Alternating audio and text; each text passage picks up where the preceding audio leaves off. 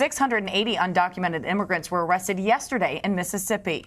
The massive raid involves several hundred federal ICE agents who surrendered the parameters of at least 7 food processing facilities to prevent people from leaving. After the operation, U.S. Attorney Michael Hurst issued a stark warning to businesses. Comply with the law or we're coming after you. Government, please put your heart. Let my parents be free with everybody else, please.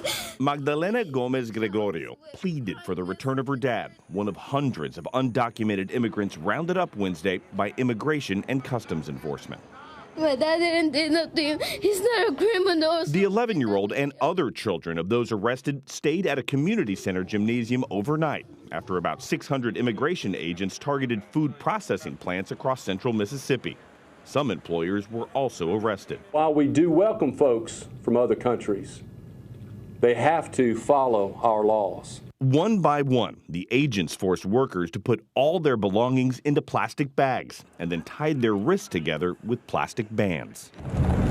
The agents then put them onto buses and brought them to this Mississippi National Guard processing center to await their fate.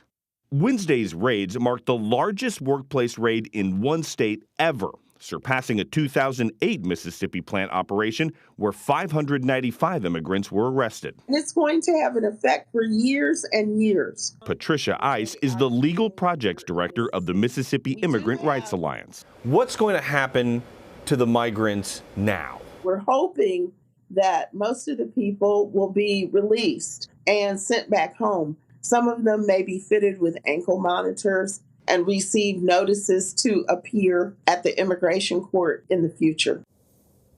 Omar, there's so many questions out of this. I think specifically what happens next to the families involved? Well, the workers who were taken, we understand they were processed in Mississippi, but they're going to be held in Louisiana. From there, they're going to find out whether they're going to be deported or if they'll enter the immigration system if they've already started some sort of paperwork at some point.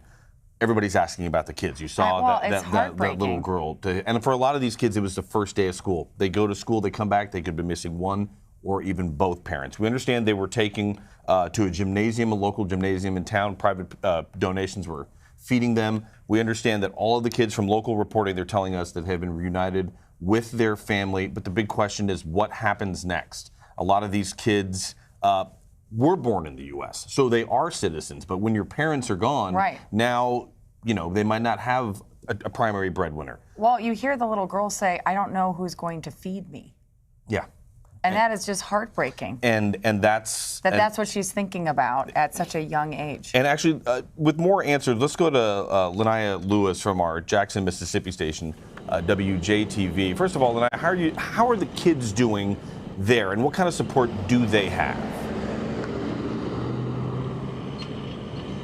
Well, just like you said, this has been very heartbreaking for people, even community members. Last night, our reporter Alex Love actually met with some of the kids that were being held at the Creek Boot Camp in Forest by one of the owners of a business. And he just said that he wanted to help out as much as he could. But we did learn this morning that those kids were reunited back with family members. I talked to someone with ICE today, and they said that they weren't able to give me a number of how many people were released, but they did say that that they did release a significant number of people, and they weren't able to tell me any updates on the children as well. And we understand the primary breadwinners of those households, some of them are now gone. So kids go to school, they come back, mom or dad is no longer there. What does the near future look like for those kids? I spoke with Brian Cox with ICE, and he says that they're treating this just like any other case. If a U.S. citizen was arrested, they said that they were actually in close contact with these different school districts that these children went to, and they said just like, if they had an emergency contact, they contacted the school districts, they let them know what was going on, and that was a responsibility of the superintendent and for those school districts to actually reach out to those guardians that would take over for these children. But again, there's still so many questions. Is there going to be therapy for these children? What's going to happen next? You live near this community. What is the reaction in the community today? Well, a lot of people are still shocked that this is happening. A lot of people say, they see this happening in other states, but they never thought that this would happen right here in Mississippi. We spoke to some people that knew some of the parents that were taken away, and they said that they've been living here for about 10 to 12 years. They never had any run-ins with the law, so it's just shocking. One of the other things I was reading is just how large this company is. Can you talk about how important these businesses are to the local economy there?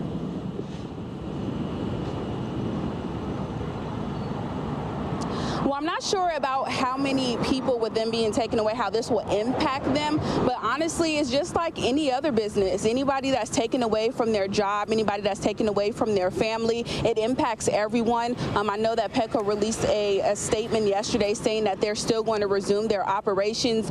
We've seen people go in and out of here, so everything looks to be going as normal as usual. So we haven't heard anything else. But again, this impacts everyone. A developing story there in Mississippi. Lanaya, thank you very much for your time.